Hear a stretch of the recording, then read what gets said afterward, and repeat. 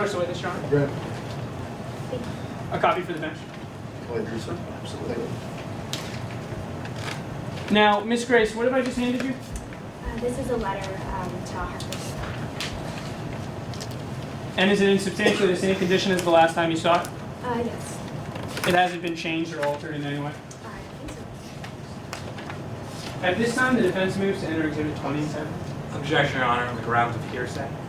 Okay, what's your response, Mr.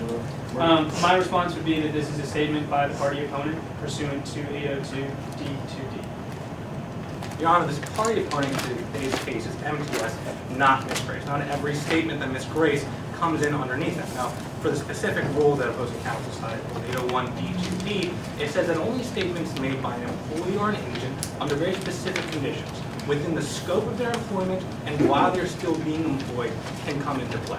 Now, no foundation has been laid that this letter was written within the scope of her responsibilities at MTS. As far as I'm aware, it's a personal note written after the fact of the case that took place today, and as such is not within the scope of her employment. It's still an issue of hearsay.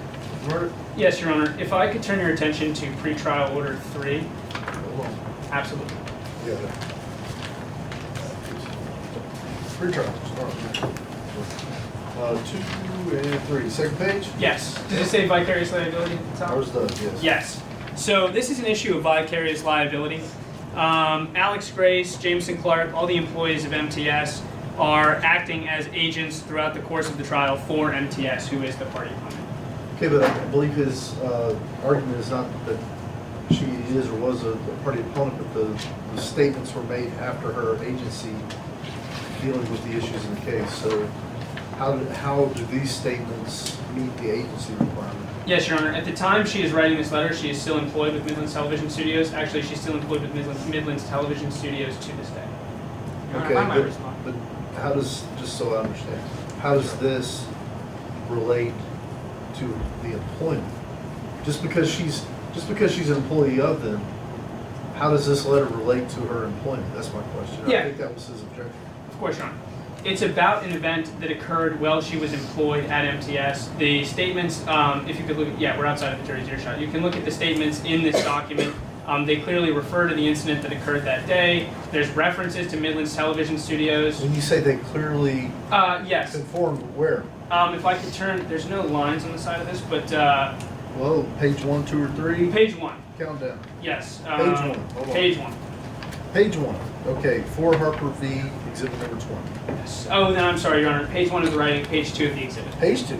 My bad. If you go down, there should be a crossed out there should be like an am crossed out. Okay. A little bit. Yes. Third paragraph. The first line starting after that, it says, we knew, maybe have listened to rules or said yes to different animal, clearly referring to we as Midlands Television Studios, referencing the rules and the change of animal that Ms. Kosak had offered. What's yours? Two responses, Your Honor. First, as to the vicarious liability issue. Now, that specific part of the pretrial only goes as far as on the issue of negligence. It essentially says that if Ms. Grace is being negligent within her role, then therefore MTS is being negligent. It doesn't actually say anything as it results to hearsay. Furthermore, within that specific piece on vicarious liability, I believe it also says that up till the date of June 29th are when we can say that Ms. Grace was acting within her capacity, not anything about what happens after the fact, which is when this note is written. Now, as for the second point, Your Honor, if I could please go on.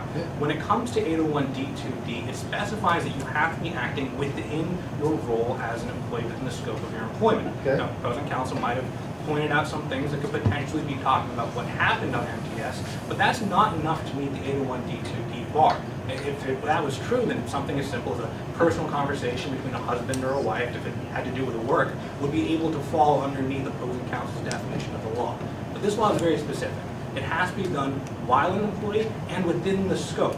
And as this is a personal letter delivered at a funeral after the fact of the event taking place, regardless of whether or not it discusses the event that took place, it doesn't meet the hearsay bar. I tend to disagree. Overrule. Please continue.